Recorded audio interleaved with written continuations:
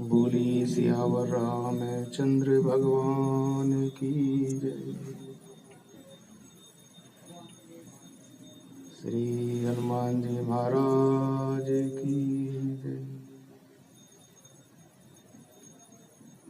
श्री गुरुदेव भगवान की जय। श्री उमापति महादेव जी की जय।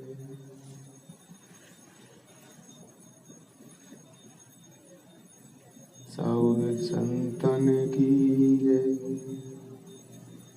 सब भक्तन की जय। जय जय श्री सीताराम, जय जय श्री राधेश्याम।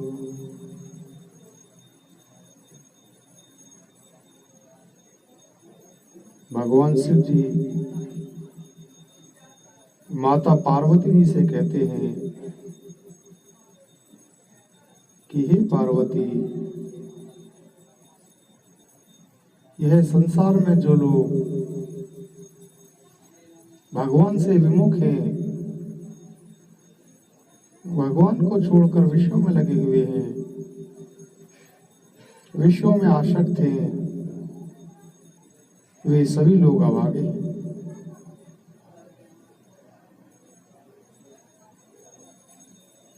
मनुष्य को भगवान से विमुख नहीं, भगवान के सम्मुख होना चाहिए।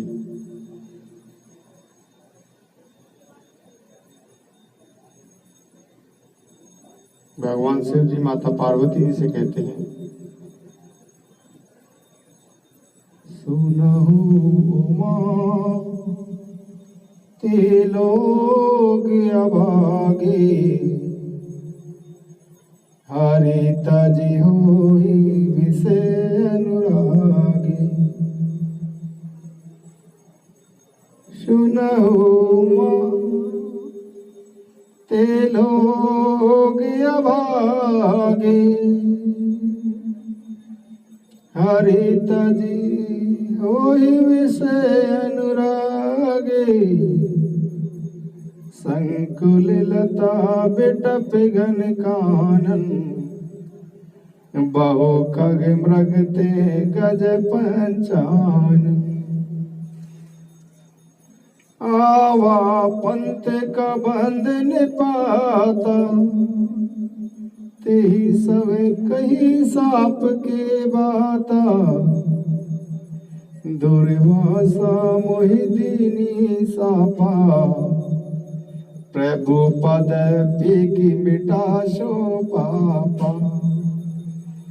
सुनु गंधर्व कहूँ मैं तो ही, मोह सुहाई ब्राह्म कुल द्रोही। सुनु गंधर्व कहूँ मैं तो ही, मोहि ने सुहाई ब्रह्म कुल द्रोही। प्रभु श्री राम जी माता सीता जी और लक्ष्मण जी के साथ, प्रभु श्री राम जी लक्ष्मण जी के साथ, सीता जी के साथ नहीं, लक्ष्मण जी के साथ सीता जी को तो ढूंढते हुए जा रहे थे। प्रभु श्री राम जी वन में सीता जी को ढूंढ रहे थे। साधारण मनुष्य की तरह, जैसे एक साधारण मानव होता है, उस तरह से वह पूरा चरित्र कर रहे हैं। पशु पक्षियों से कह रहे हैं, हे खग मृग हे मधुकर श्रेणी, तुम देखी सीता मृग नैनी। हे पशु पक्षियों, हे भौरों, क्या आपने मेरी सीता को कहीं देखा है? इस प्रकार से प्रभु श्री राम जी भगवान भाई लक्ष्मण के साथ सीता जी की खोज करते हुए वन में घूम रहे। रास्ते में उनको एक कवंद नाम का राक्षस मिलता है। उस कवंद नाम के राक्षस का वध करके उसको भी वह मुक्ति प्रदान कर देते हैं। ऐसे हैं प्रभु श्री राम जी जिन्होंने राक्षसों को मुक्ति दी। प्रभु श्री राम जी उस कवंद राक्षस को कहते हैं कि यदि कोई भी ब्राह्मण कुल से द्रोह करता है तो वह मुझे अच्छा नहीं लगता। प्रभु श्री राम जी कहते हैं कि ब्राह्मणों की सेवा मन, वचन और कर्म से करनी चाहिए। यदि कोई ब्राह्मणों की सेवा करता है तो मैं उसके वश में हो जाता हूं। प्रभु कहते हैं कि ब्राह्मण तो यदि श्राप भी देता है, ब्राह्मण यदि कुछ आपके प्रति कुछ कठोर वचन भी बोलता है, तब भी ब्राह्मण का सम्मान नहीं करना चाहिए, क्योंकि संतों का तो श्राप भी हित कर ही होता है। जैसे नारद जी ने कुबेर के दोनों पुत्रों को श्राप दिया तो उनका उद्धार ही हुआ। भगवान श्री कृष्ण के रूप में अवतार लेने पर उन नल और कुबेर का जो दो थे उन दोनों का उद्धार ही हुआ। इसीलिए संतों का श्राप भी हितकर होता है। प्रभु श्री राम जी ने उस राक्षस को भागवत धर्म समझाया। जब प्रभु श्री राम जी ने देखा कि उस कवंद राक्षस की उनके चरणों में प्रीति है, तो प्रभु ने उसको मुक्ति प्रदान कर दी।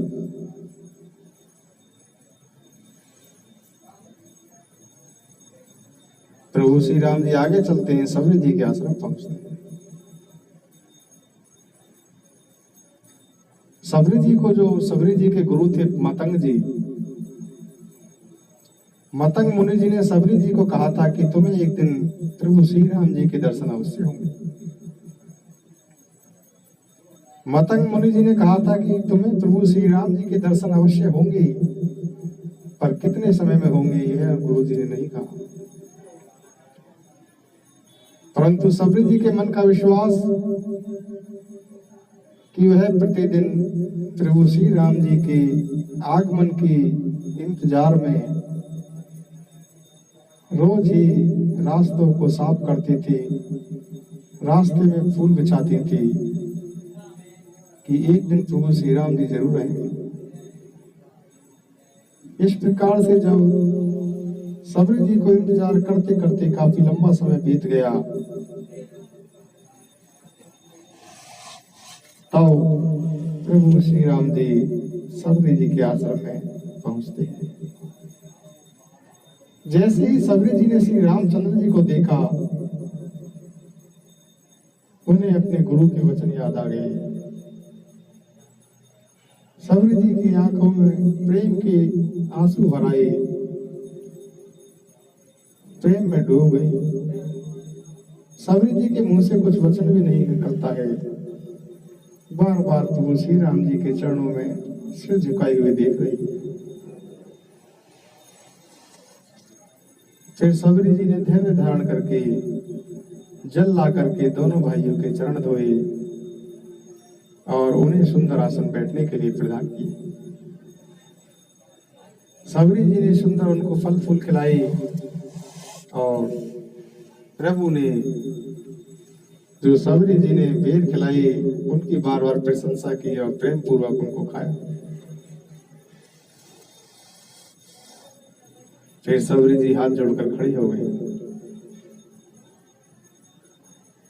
सबरी जी कहने लगी कि हे प्रभु, मुझे समझाइए मैं किस प्रकार से आपकी पूजा स्तुति करूं। मैं तो अधम से भी अधम नारी हूं, मैं बड़ी पापनी हूं। हे प्रभु, मैं आपसे किस प्रकार से भक्ति करूं, किस प्रकार से स्तुति करूं। प्रभु श्री राम जी ने कहा कि हे भामिनी, सुनो। कह रघुपति सुनु भामिनी बाता, मानऊ एक भगति करनाता। हे भामनी, मैं तो सिर्फ एक भक्ति का ही संबंध मानता हूं।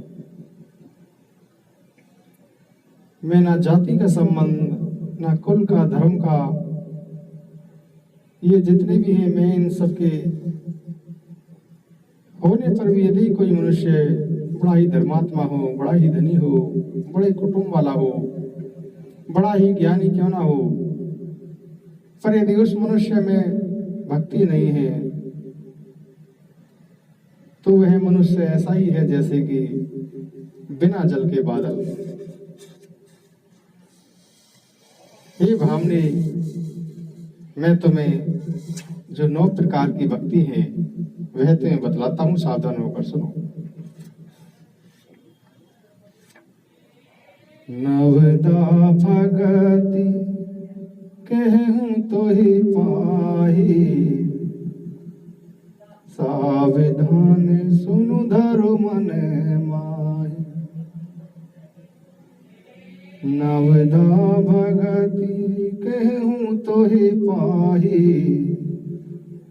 सावधान सुनु धरो मन माही। प्रथमे भगति संतन कर संगा,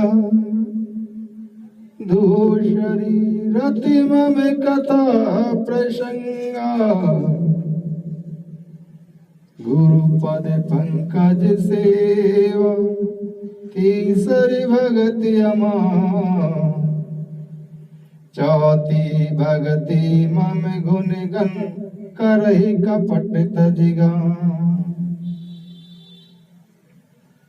मंत्र जापे मम दृढ़ विश्वासा, पंचमी भजने सुवेदे प्रकाश।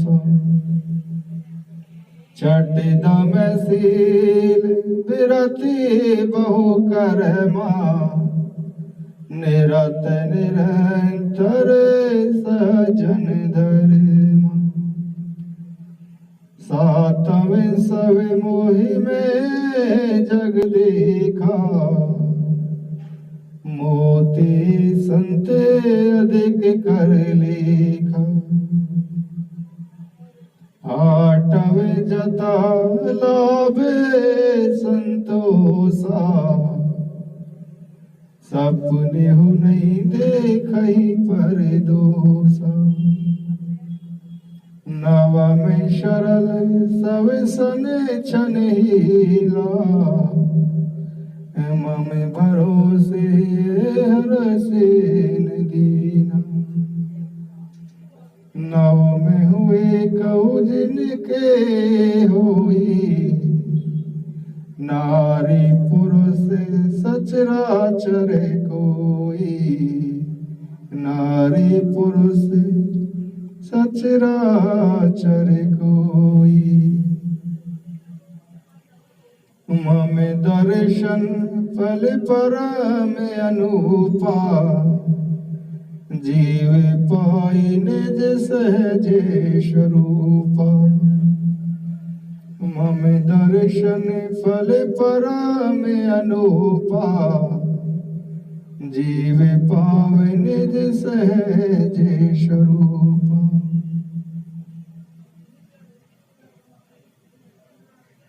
पहली भक्ति संतों का संग, सत्य का संग, सत्संग।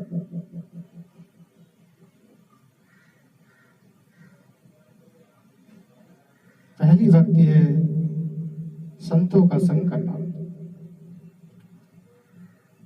संतों के सत्संग को पहली श्रेणी में रखा गया है, क्योंकि जब आप संतों का संग करोगे, सत्संग सुनोगे, तब आपको शास्त्र की और संतों के जो अनुभव हैं उनके विषय में जानकारी होगी, वह आपको सुनने का। क्योंकि संत जो शास्त्रों में छिपी हुई ज्ञान की बातें हैं उनको कुरेद कुरेद कर निकाल कर वो आप तक पहुंचाते हैं। दूसरी भक्ति है जो शास्त्रों में, वेदों में भगवान की और भक्तों की चर्चा है, उसमें प्रेम होना। जब भगवान की और भक्त की चर्चा में प्रेम होगा तो भगवान के प्रति प्रेम होगा। तीसरी भक्ति है गुरु के चरणों की सेवा करना। गुरु के चरणों की सेवा यानी गुरु की आज्ञा का पालन। और चौथी भक्ति है कि भगवान के जो गुण हैं, भगवान के जो चरित्र हैं, उनका गान करना। उनका गान भी कपट, छल और विकारों को त्याग कर करना। मन में कोई भी लालच, कोई स्वार्थ ना हो, इस प्रकार से भगवान का लीला और गुणों का गायन करना। पांचवी भक्ति है कि जो गुरु भगवान ने, गुरुदेव ने जो आपको मंत्र दिया है, जो आपको नाम दिया है, उसको पूर्ण विश्वास के साथ जपना।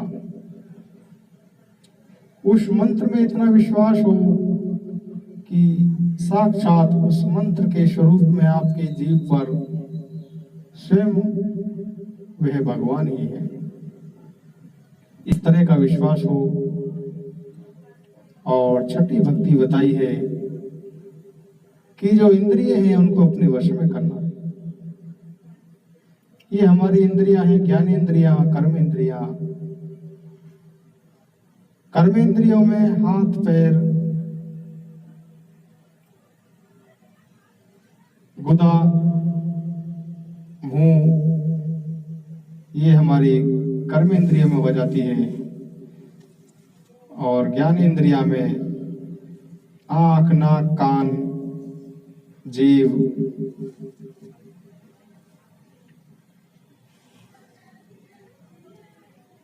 और ये हमारी ज्ञान इंद्रियां हैं, जिनसे हमें ज्ञान होता है किसी भी पदार्थ के विषय में, उनको ज्ञानेंद्रिय कहते हैं। और जिससे हम कोई क्रिया करते हैं तो उनको कर्मेंद्रिय कहते हैं। इंद्रियों को अपने वश में करना, आपका स्वभाव, चरित्र अच्छा हो और मन वैराग्य का आना, संतों की सेवा में लगा रहना, संतों के धर्म आचरण में लगे रहना। सातवीं भक्ति पूरे विश्व को संभाव, मुझ में ओतप्रोत राम में देखना। पूरे विश्व को इस प्रकार से देखना कि यह परमात्मा का जो अंश है, आत्मा, वह एक रूप में ही पूरे विश्व में व्याप्त है। किसी में कोई भेद नहीं है, भेद है सिर्फ गुणों का। जो ये सृष्टि है सत्वगुण, रजोगुण और तमोगुण, 3 गुणों से बनी हुई है। इन 3 गुणों को देखने ही कारण भिन्नता प्रतीत होती है, वरना जड़ और चेतन सभी में वही परमात्मा विराजमान है।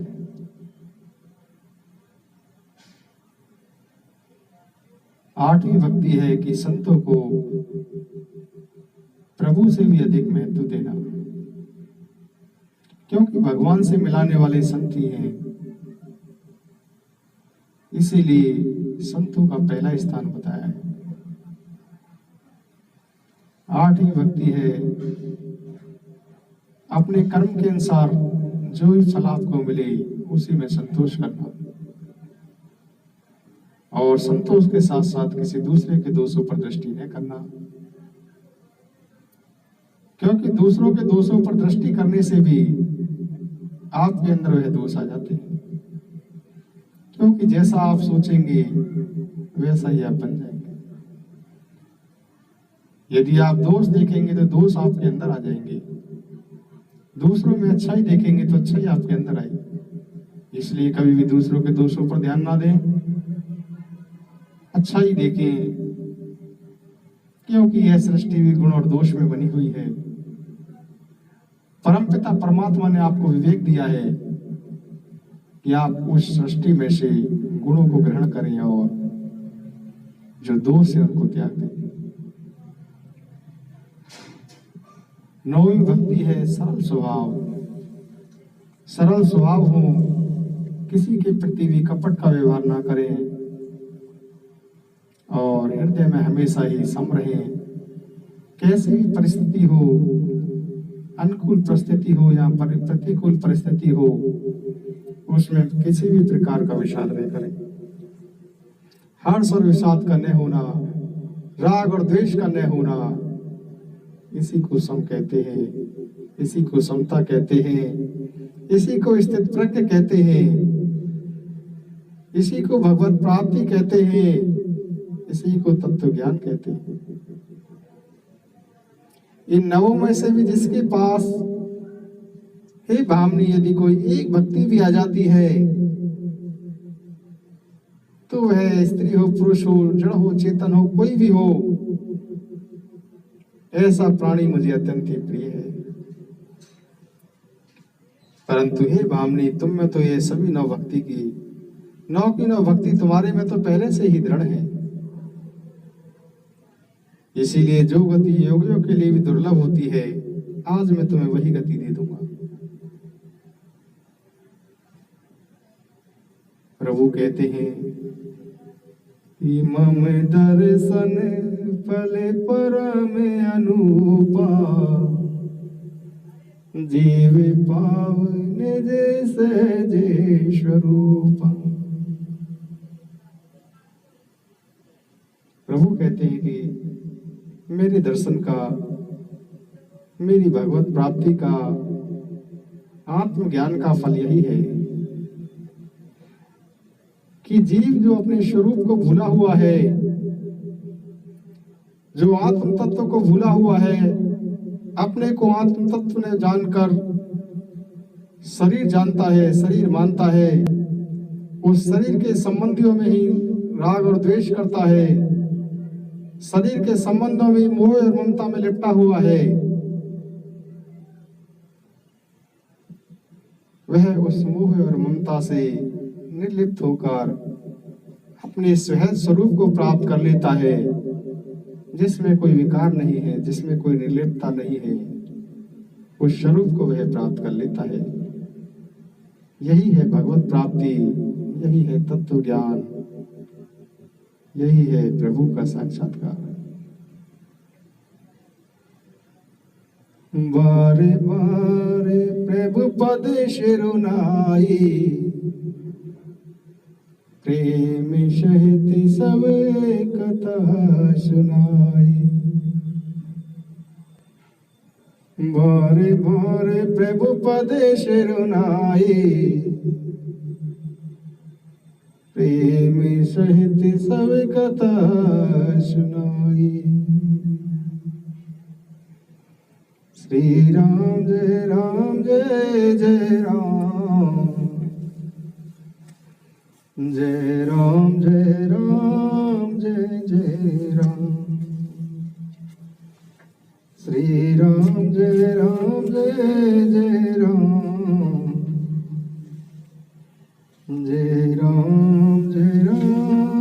जय जय राम।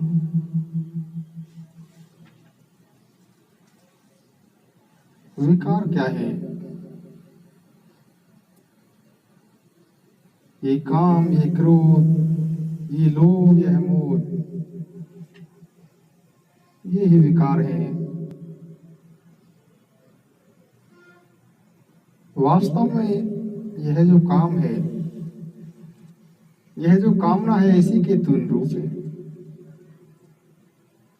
और ये तीनों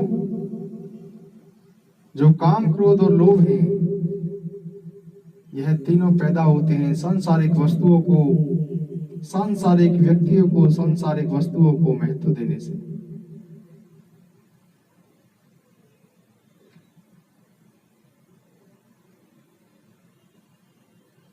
संग्रह करना और सुख भोगना, संग्रह की इच्छा का नाम ही लोभ है। सुख भोग की इच्छा का नाम ही काम है। भोगों की, संग्रह की प्राप्ति में बाधा देने वालों और जो हमारी इच्छाएं वह यदि पूरी नहीं होती हैं तो उन इच्छाओं के पूरी ना होने से ही हमारे को क्रोध आता है। इसीलिए गोस्वामी तुलसीदास जी ने कहा है, बिन संतोष न काम न साही, काम अछत सुख सपने नाही। जब मोह प्रबल हो जाता है तो मनुष्य मोह के प्रबल होने से विवेक दब जाता है, उसको अपने कर्तव्य का भी भान नहीं रहता। यह सुख और दुख जीवन के दो पहलू हैं। जन्म मरण, सुख दुख, लाभ हानि, यश अपयश। मनुष्य संयोग का जितना सुख लेता है उसके वियोग का भी उसको उतना ही दुख भी भोगना पड़ता है।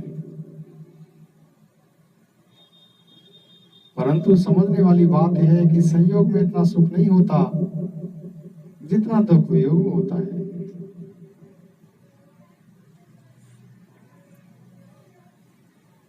जहां लड़ाई होती है वहां समय, संपत्ति, शक्ति,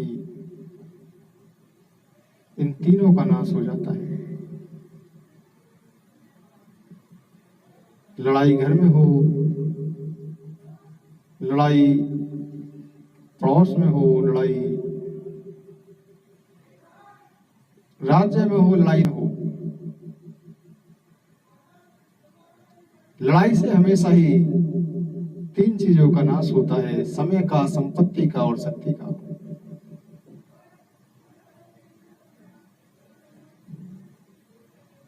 जो धर्म के प्रति भी लड़ाई करते हैं उससे भी ये तीनों का नाश है। लोग समय का विनाश करते हैं, संपत्तियों को भी जलाकर संपत्ति का विनाश करते हैं, और जो ईश्वर ने सत्कर्म करने के लिए जो शक्ति दी है उस शक्ति का विनाश करते हैं।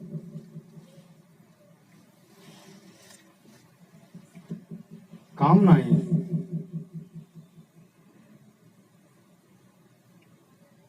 यह जो कामना है यही सारा जड़ है।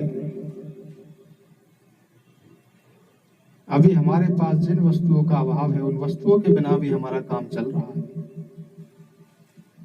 हम अच्छी तरह से जी रहे हैं, परंतु जब वे वस्तुएं हमें मिलने के बाद फिर से बिछुड़ जाती हैं तब उनके अभाव का जो दुख होता है वह दुख बड़ा ही भारी होता है।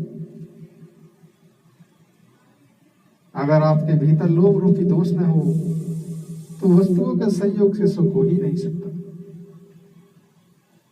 ऐसे ही मोह रूपी दोष ना हो तो कुटुंब भी ऐसे सुख हो ही नहीं सकता, और यदि लालच रूपी दोष ना हो तो संग्रह का सुख भी नहीं हो सकता। इसीलिए तात्पर्य यही हुआ कि जो भी संसार का सुख है वह सुख किसी न किसी दोष से ही होता है।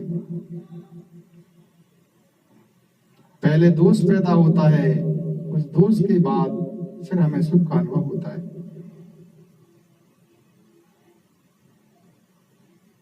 पहले जब लोभ पैदा होगा तो हम वस्तुओं के संग्रह करेंगे और उस संग्रह को हम सुख मानते हैं। यदि लोभ ही नहीं होगा तो संग्रह ही नहीं करेगा। इसी तरह से यदि मोह नहीं होगा तो उसको कुटुंब से सुख का भी अनुभव नहीं होगा।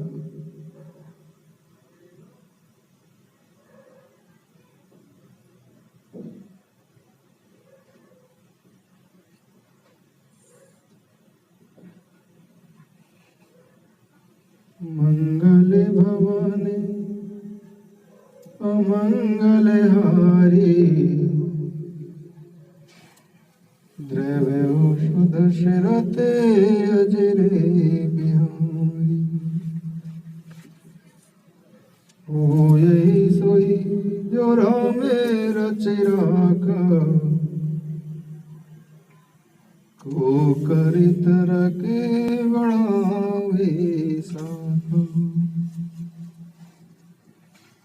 ओ यही सोई जो राम रच राखा, को कर तरक बढ़ावे साखा। मन रे कर ले ब्रह्म विचार, मन रे कर ले ब्रह्म विचार। मन की वृत्ति मन को खाए, समझ सका न को। जिसने मन की वृत्ति रोकी, ब्रह्म स्वरूप है सो। एक तरफ मन के है ईश्वर, दूसरी तरफ संसार। मन रे कर ले ब्रह्म विचार, मन रे कर ले ब्रह्म विचार।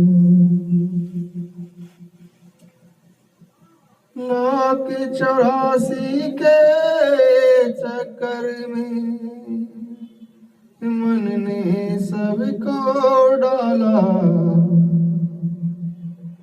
ध्यान करते चोरी से किसके मन का खेल निराला। जागृत स्वप्न सुषुप्ति सारी, मन का है व्यापार। मन रे कर ले ब्रह्म विचार। पांच तत्व के पुतले अंदर नजर कहीं ना आए, ऊंच नीचे और पाप पुण्य में मन सरकोल जाए। सदा एक रस सी चन्यारा ब्रह्म तेरा दान। मन रे कर ले ब्रह्म विचार। ब्रह्म ही देखो ब्रह्म ही सुनियो, ब्रह्म सदा ही विचारो।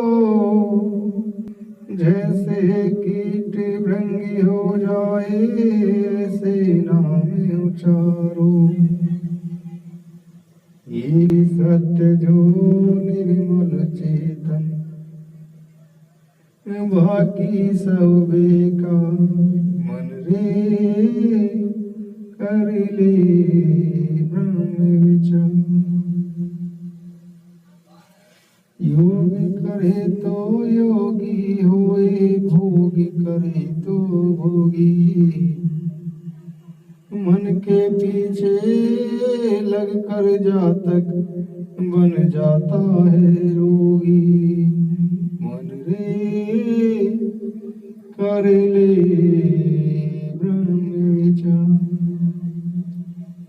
मन रे कर ले ब्रह्म विचार।